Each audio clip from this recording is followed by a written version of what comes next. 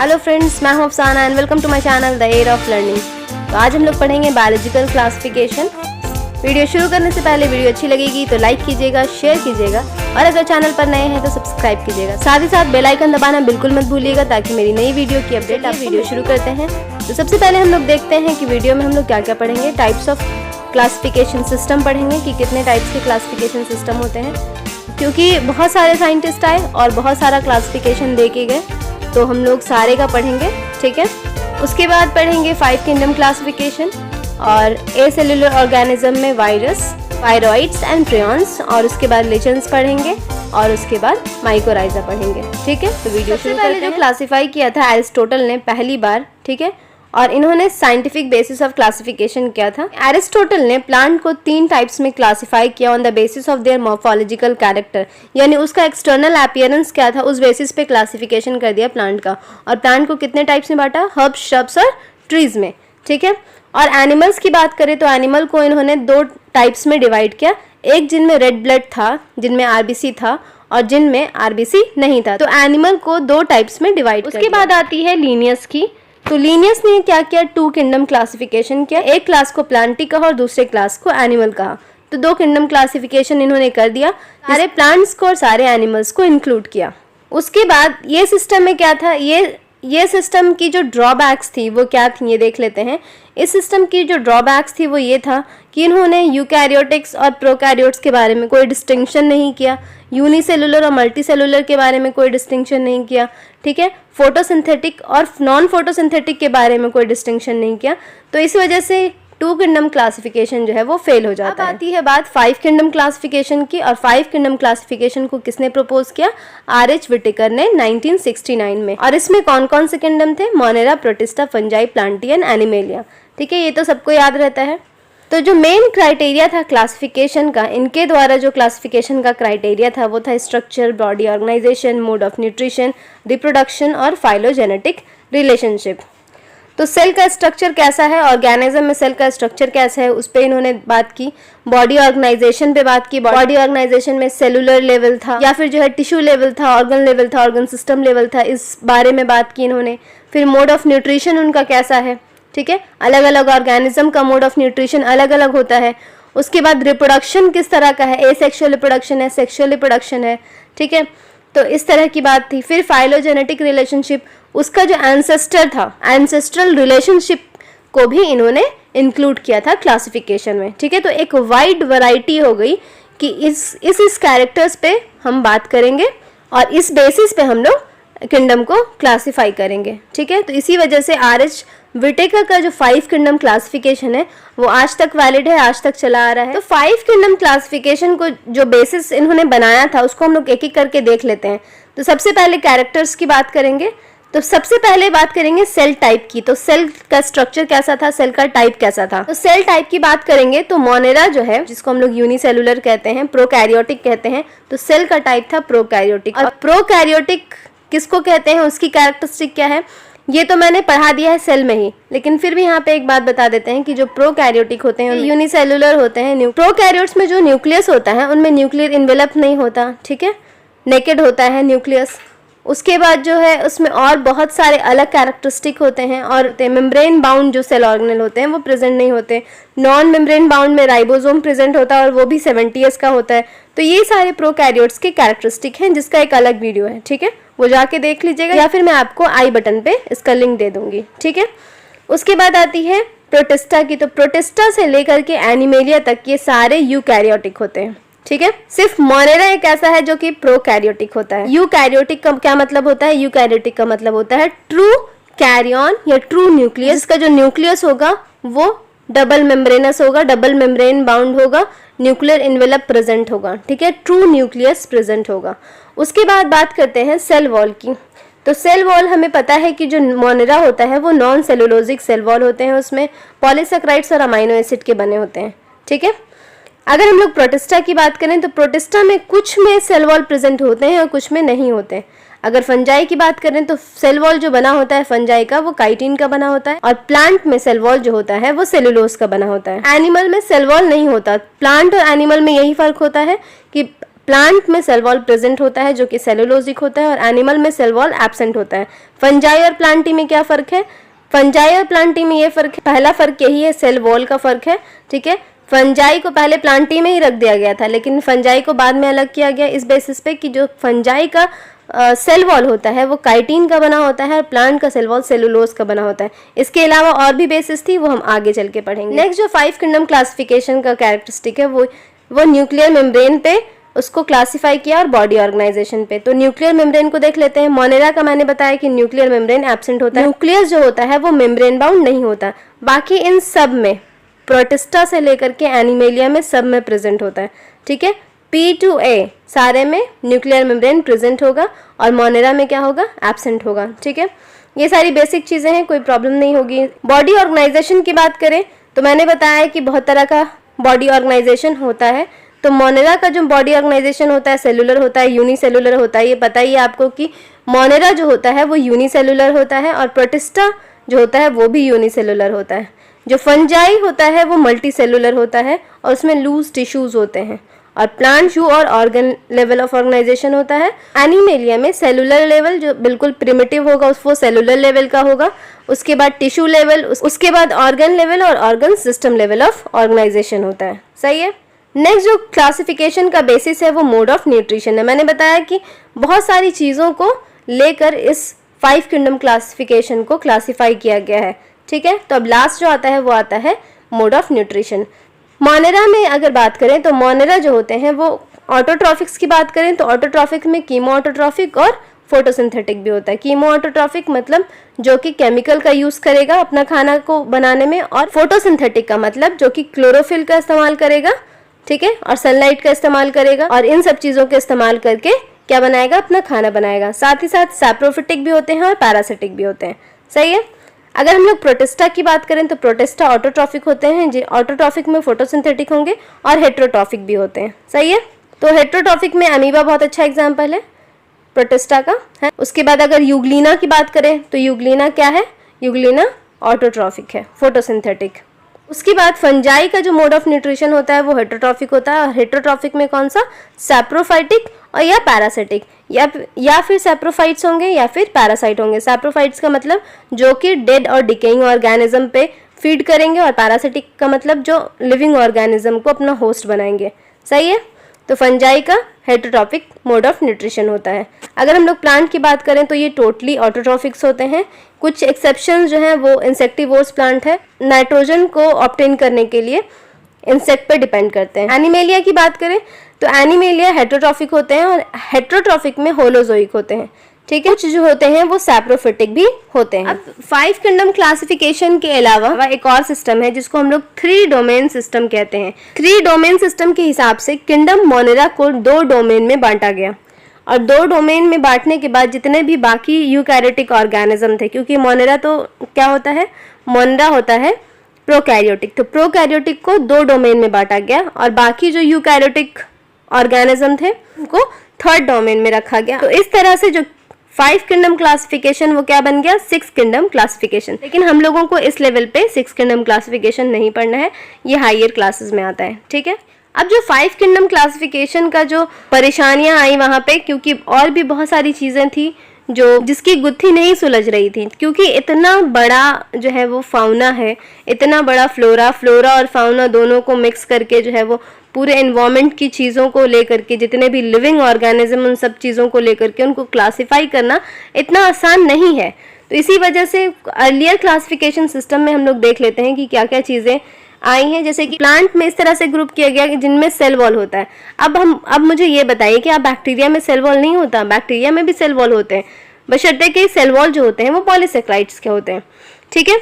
तो बैक्टीरिया में, blue green algae में, फंजाई में, मॉसेस में, फर्न्स में, जिम्नोस्पर्म में, एंजियोस्पर्म में, ये सारे को किस में रखा गया? प्लांट में रखा गया। जिसमें सेल वॉल था प्रेजेंट उसको प्लांट में डाल दिया गया। अब चाहे वो प्रोकैरियोटिक ऑर्गेनिज्म हो चाहे वो यूकैरियोटिक ऑर्गेनिज्म है। बाद में क्या हुआ? ऑर्गेनिज्म को कुछ इस तरह से क्लासिफाई किया गया कि प्रोकैरियोटिक ऑर्गेनिज्म, यूकैरियोटिक ऑर्गेनिज्म, ठीक है, यूनिसेलुलर ऑर्गेनिज्म, मल्टीसेलुलर ऑर्गेनिज्म, और फिर सेल वॉल हैविंग काइटिन और सेल वॉल हैविंग सेलुलोज। इस तरह से अलग अलग किया गया, अलग अलग क्लासिफाई किया गया। सही है। बेसिस ऑफ क्लासिफिकेशन क्या था वो देख लेते हैं। तो क्लासिफिकेशन का बेसिस ये रहा कि जितने भी प्रोकैरियोटिक यूनिसेलुलर ऑर्गेनिज्म थे उन सब को किंगडम मोनेरा में रख दिया गया और यूनिसेलुलर यूकैरियोटिक ऑर्गेनिज्म को किंगडम प्रोटिस्टा में रखा गया। और प्रोटिस्टा में यूनिसेलुलर यूकैरियोटिक है तो क्लैमिडोमोनास और क्लोरेला भी यूनिसेलुलर यूकैरियोटिक ही ऑर्गेनिज्म है। ठीक है, इसको पहले एल्गी में रखा गया था विद इन प्लांट्स क्योंकि दोनों में सेल वॉल प्रेजेंट होते हैं। उसके बाद पैरामीशियम और अमीबा को, इन दोनों को भी इसी में रखा गया, लेकिन पहले कहाँ रखा गया था? किंगडम एनिमेलिया में रखा गया था। तो चीज़ें स्विच ऑन स्विच ऑफ होती रहती हैं क्योंकि थोड़ा क्लासिफिकेशन मुश्किल हो जाता है कि किसको कहाँ रखें। प्रोटिस्टा में रहना चाहिए तो वो एनिमेलिया में चला गया। ठीक है, तो इस तरह से स्विच ऑन स्विच ऑफ होती रहती हैं, लेकिन कोशिश किया जाता है कि जितना सिंपल उसको रखा जा सके, जितना सिंपली जो है वो क्लासीफाई किया जा सके। ठीक है, उसके बाद मल्टी सेलुलर यूकैरियोटिक ऑर्गेनिज्म थे with cell wall having chitin, तो उनको किंगडम फंजाई बनाया गया। मल्टी सेलुलर यूकैरियोटिक और सेल वॉल हैविंग सेलुलोज तो किंगडम प्लांटी में रखा गया। फिर multicellular eukaryotic without cell wall तो उनको किंगडम एनिमेलिया में रखा गया। अब कुछ ए सेलुलर ऑर्गेनिज्म की बात कर लेते हैं। अब क्योंकि मोनेरा, प्रोटिस्टा और फंजाई इन तीनों का वीडियो एक साथ आएगा तो अब हम लोग सिर्फ ए सेलुलर ऑर्गेनिज्म, लिचेंस और माइकोराइजा की बात करेंगे। 5 किंगडम क्लासिफिकेशन में विटेकर ने कोई भी मेंशन नहीं किया था, ना ही लाइचेंस का, ना ही ए सेलुलर ऑर्गेनिज्म का। और ए सेलुलर ऑर्गेनिज्म में वायरसेस आते हैं, वायरॉइड्स आते हैं और प्रियॉन्स आते हैं। ठीक है, पहले वायरस की बात करेंगे तो वायरस को कोई भी प्लेस नहीं मिली क्लासिफिकेशन सिस्टम में क्योंकि उसको ट्रूली लिविंग नहीं कहा जाता। ट्रूली लिविंग इसलिए नहीं कहा जाता क्योंकि जब तक वो outside the environment, outside the host है तो वो रेप्लिकेट नहीं कर सकता, रिप्रोड्यूस नहीं कर सकता। ठीक है, वो अपना मल्टीपल कॉपी नहीं बना सकता, इसीलिए उसको ट्रूली लिविंग नहीं कहते हैं क्योंकि जब तक उसको होस्ट सेल नहीं मिलेगा वो अपने आप को रेप्लिकेट नहीं कर सकता है। तो इसी वजह से वायरस को नॉन सेलुलर ऑर्गेनिज्म कहा गया। ठीक, जिसकी कैरेक्टरिस्टिक ये है, उसकी जो है वो इनर्ट क्रिस्टलाइन स्ट्रक्चर होती है आउटसाइड द लिविंग सेल। जो लिविंग सेल के अंदर जब तक वो नहीं है तब तक कैसा होता है? वो इनर्ट क्रिस्टलाइन स्ट्रक्चर होता है। वो अपने आप को तब तक रेप्लिकेट नहीं करेगा जब तक कोई भी होस्ट सेल उसको नहीं मिलेगा। इसी वजह से वायरसेस को जो है वो नॉन सेलुलर कहा जाता है। जैसे ही वो सेल को किसी लिविंग ऑर्गेनिज्म को इन्फेक्ट करेगा, ठीक है, वो उसकी मशीनरी को क्या कर लेगा? टेक ओवर कर लेगा। जो होस्ट सेल होगा उसकी मशीनरी को टेक ओवर कर लेगा। ठीक है, तो ये क्या करेगा? जिस सेल को इन्फेक्ट करेगा उसी को क्या बना लेगा? उसी के मशीनरी को अपने अंडर में अब ले लेगा और उसको टेक ओवर कर लेगा। और सही है, और क्या करेगा? होस्ट को ही मार देगा। तो एक मुहावरा तो सुना होगा ना, थाली में छेद करना, जिस थाली में खाया उसी थाली में छेद किया। तो वायरस का काम ही यही है, जिस थाली में खाता है उसी थाली में छेद कर देता है। जिस होस्ट सेल से वो अपना न्यूट्रिशन लेगा, वो अपने आप को रेप्लिकेट करेगा, उसी को बर्बाद कर देगा। सही है, तो वायरस का मतलब ही होता है वेनम या फिर पॉइजनस फ्लूइड, ऐसा फ्लूइड जो कि पॉइजनस हो, जहरीला हो।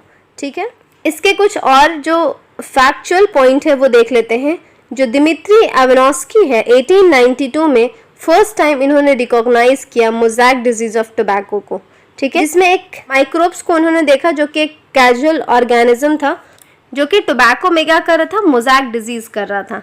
सही है, तो ये जो है इन्होंने पाया कि ये जो ऑर्गेनिज्म है, जो एक सर्टेन और माइक्रोब है, वो स्मॉलर है बैक्टीरिया से भी, यानी कि वायरस का जो साइज होता है वो बैक्टीरिया से भी छोटा होता है। क्यों छोटा होता है? कैसे प्रूफ हुआ ये? वो इस तरह से प्रूफ हुआ कि जो बैक्टीरिया का जो प्रूफ फिल्टर था जिससे बैक्टीरिया पास नहीं हो सकता था, ठीक है, उससे जो है वो इसको पास कराया गया, वायरस को पास कराया गया, और ये वायरस जो है वो उससे पास कर गया, यानी कि बैक्टीरिया से भी ज़्यादा छोटा होता है वायरस। ठीक है, इस तरह से ये प्रूफ हो गया। नेक्स्ट 1898 में फर्दर ईयर में, पहले तो 1892 था, सबसे पहले दिमित्री इवानोस्की ने इन्होंने ही वायरस को रिकॉग्नाइज किया। उसके बाद M.W. बिजरिंग, जिन्होंने डेमोन्स्ट्रेट किया, ठीक है, जो टोबैको प्लांट था, जो टोबैको जो कि इन्फेक्टेड था, उसको लिया, उसको एक्सट्रैक्ट किया। ठीक है, उसको एक्सट्रैक्ट करने के बाद उससे एक जो हेल्दी प्लांट था उसमें इन्फेक्शन कराया। समझ आई बात? सबसे पहले जिस प्लांट में डिजीज़ था, जिस टोबैको प्लांट में डिजीज़ था, उसको एक्सट्रैक्ट किया, उसके बाद हेल्दी प्लांट में उसी से डिजीज करवाया, इन्फेक्शन कराया, ठीक है, और फिर नाम दिया वायरस। तो पूछा जाएगा कि वायरस नाम किसने दिया था, तो वायरस नाम दिया था किसने, M.W. बीजरिंक ने। दिमित्री एवानोस्की ने नाम नहीं दिया था, उन्होंने बस कह दिया कि कैजुअल ऑर्गेनिज्म है जो कि मोज़ैक डिजीज कर रहा है टोबैको में, सही है। लेकिन M.W. बीजरिंक ने नाम दिया था वायरस और इसको कहा कॉन्टैजियम वाइवम फ्लूइडम, यानी इन्फेक्शियस लिविंग फ्लूइड, जो ऐसा लिविंग फ्लूइड जो कि लिविंग ऑर्गेनिज्म को इन्फेक्ट कर रहा है, तो इसीलिए इसका नाम दिया इन्होंने वायरस, कॉन्टैजियम वाइवम फ्लूइडम। और ये कितना में हुआ, 1898 में M.W. बीजरिंक ने वायरस नाम दिया था, ठीक है। वायरस को वायरस नाम किसने दिया, M.W. बीजरिंक ने, ना कि आमिर खान ने, ठीक है।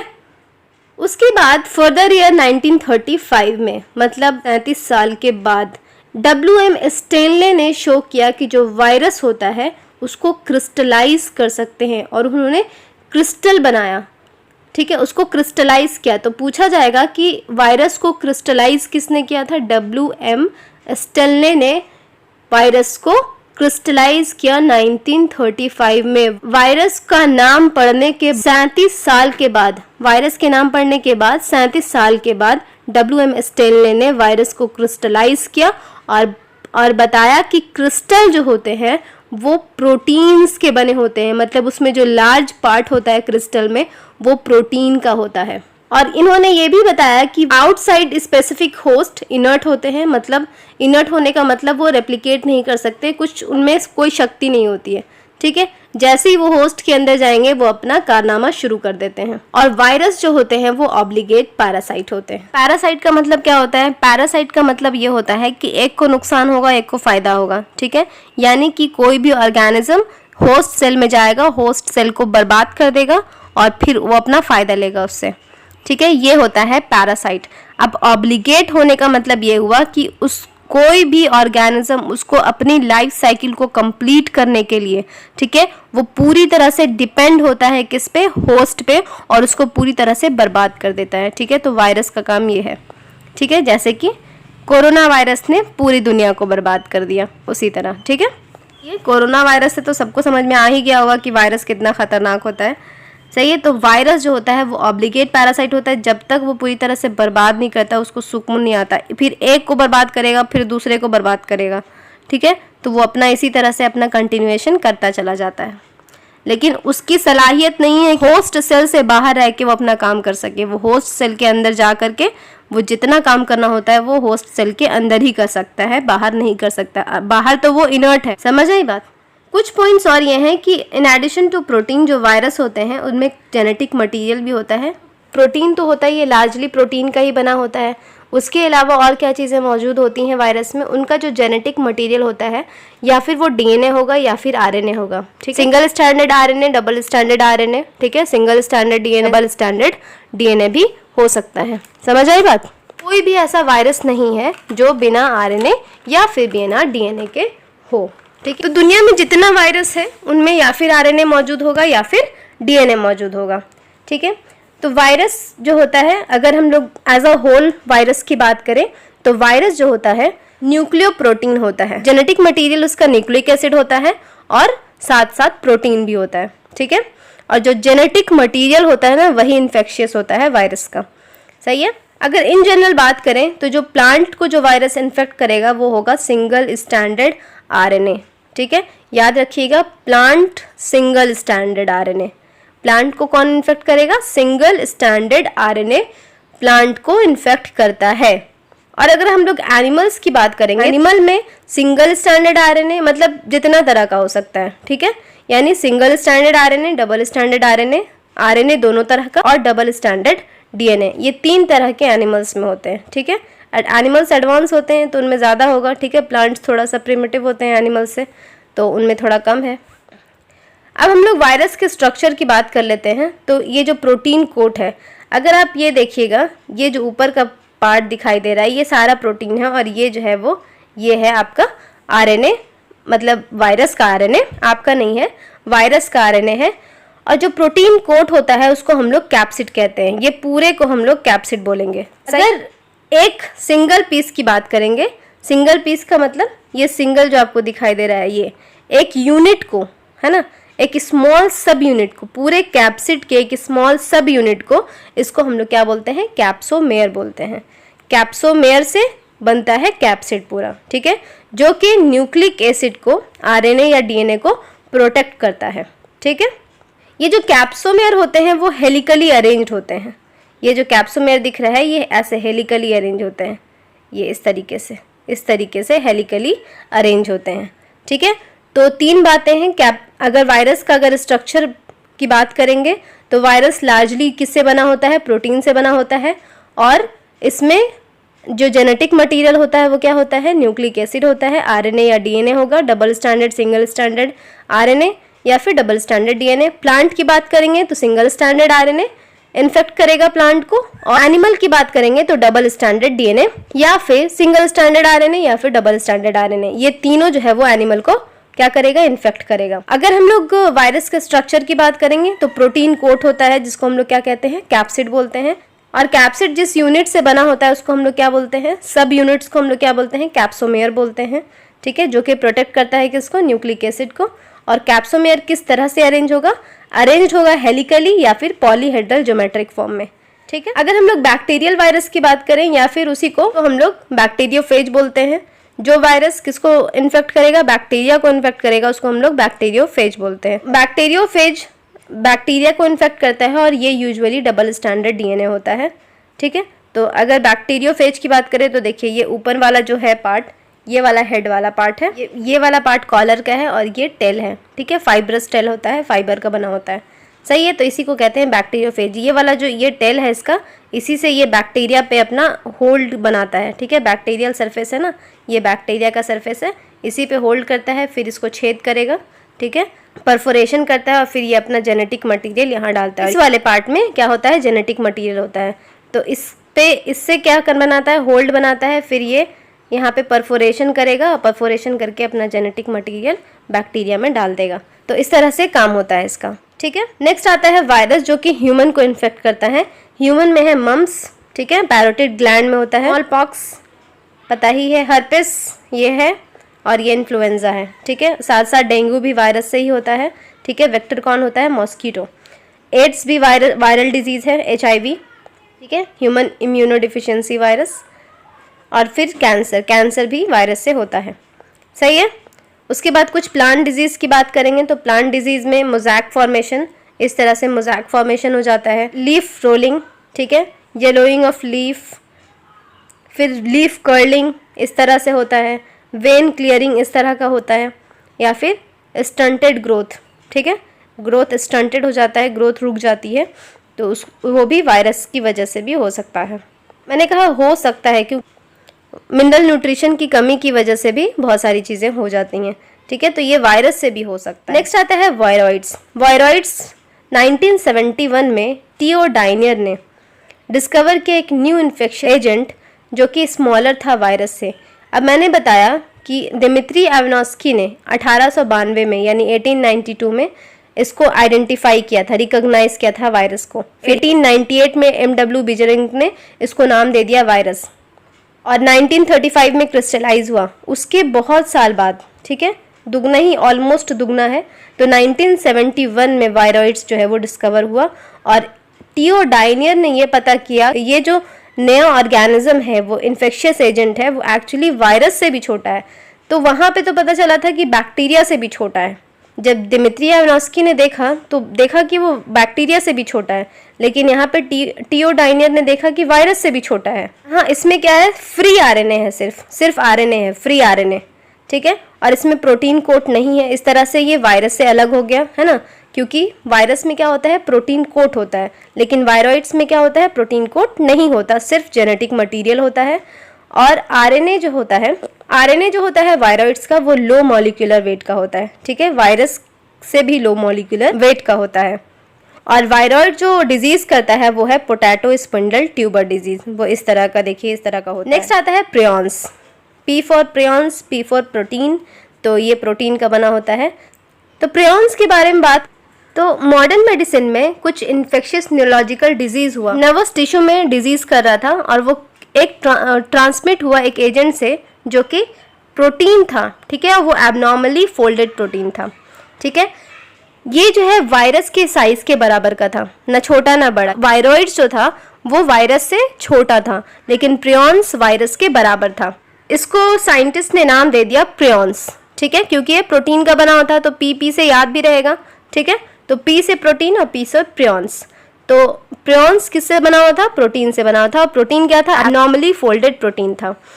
इससे जो नोटेबल डिजीज हुआ वो हुआ बोवाइन स्पॉन्जिफॉर्म इंसेफेलोपैथी, जिसको हम लोग BSE बोलते हैं शॉर्ट में, और इसको हम लोग मैड काउ डिजीज भी बोलते हैं, और ये कैटल में होता है। इसका एक और एनालॉग है जिसको सियर जैकब डिजीज कहते हैं, जो कि ह्यूमन में होता है। उसके बाद बात करें लिचेंस की, तो लिचेंस जो है वो सिम्बायोटिक एसोसिएशन है बिटवीन एल्गी और फंजाई, और एल्गल कंपोनेंट को हम लोग फाइकोबायोंट बोलते हैं। फोटोसिंथेसिस से याद रहेगा फाइकोबायोंट, और फंगल कंपोनेंट को हम लोग बोलते हैं माइकोबायोंट। और जो एल्गल कंपोनेंट है वो ऑटोट्रॉफिक मोड ऑफ न्यूट्रिशन करता है, और फंजाई जो है वो हेटेरोट्रॉफिक मोड ऑफ न्यूट्रिशन करता है। एल्गी क्या करता है? प्रिपेयर करता है फूड। एल्गी क्या करेगा? फूड प्रिपेयर करेगा। और फंजाई क्या करेगा? फंजाई करेगा प्रोवाइड शेल्टर और एब्जॉर्ब करेगा मिनरल न्यूट्रिएंट्स और वाटर, ठीक है, और ये अपने पार्टनर को देगा। इसी तरह से इन दोनों का सिम्बायोटिक एसोसिएशन होता है। एक जो है वो फूड देता है और दूसरा क्या? मिनरल न्यूट्रिएंट देता है और वाटर देता है। लिचेंस जो होते हैं वो गुड पॉल्यूशन इंडिकेटर होते हैं। ये नहीं ग्रो करते हैं पॉल्यूटेड एरियाज में, ठीक है। लिचेंस इस तरह के होते हैं, ये पॉल्यूटेड एरिया में ग्रो नहीं करेंगे, इसीलिए इसको गुड पॉल्यूशन इंडिकेटर माना जाता है। उसके बाद बात करते हैं माइकोराइजा की, तो माइकोराइजा भी सिम्बायोटिक एसोसिएशन है बिटवीन प्लांट रूट, यानी हायर प्लांट्स के रूट और फंजाई के बीच में एसोसिएशन होता है। पाइनस का सबसे अच्छा एग्जाम्पल, पाइनस के रूट में फंजाई का क्या हो जाता है? एसोसिएशन हो जाता है, सिम्बायोटिक एसोसिएशन, जहाँ पे फंजाई जो है वो पाइनस को क्या देता है? मिनरल न्यूट्रिएंट देता है, ठीक है, एब्जॉर्ब करके मिनरल न्यूट्रिएंट पाइनस को देगा, और पाइनस क्या करेगा? फंजाई को शेल्टर देगा। माइकोराइजा हेल्प करता है एब्जॉर्प्शन ऑफ न्यूट्रिएंट में और प्लांट को एक ग्रोथ में, स्पेशली जो एसिडिक सॉइल होता है उसमें माइकोराइजा हेल्प करता है। यानी माइकोराइजा जो एसोसिएशन होता है उन दोनों का, तो हेल्प करता है प्लांट के ग्रोथ में, और ये रिजर्वायर की तरह भी काम करता है। और माइकोराइजा जो है वो ऑब्लिगेटरी है जर्मिनेशन ऑफ ऑर्चिड सीड। जो ऑर्चिड सीड होता है उसकी जर्मिनेशन के लिए माइकोराइजल एसोसिएशन होना बहुत ज़रूरी है, तभी ऑर्चिड्स का सीड जर्मिनेट कर पाएगा, ठीक। तो आज के लिए इतना ही, और नेक्स्ट जो वीडियो आएगी वो आएगी किंगडम मोनेरा पे। किंगडम मोनेरा, प्रोटिस्टा और फंजाई, इन तीनों को एक वीडियो में इंक्लूड करेंगे, तो जल्द ही वो भी वीडियो आएगी इंशाल्लाह। अगर वीडियो अच्छी लगी हो तो लाइक कीजिएगा, और याद हो ही गया होगा, आई होप याद हो गया होगा आपको, ठीक है। तो अगर आप चैनल पर नए हैं तो सब्सक्राइब ज़रूर कर लीजिएगा। Thanks for watching my video. Bye bye.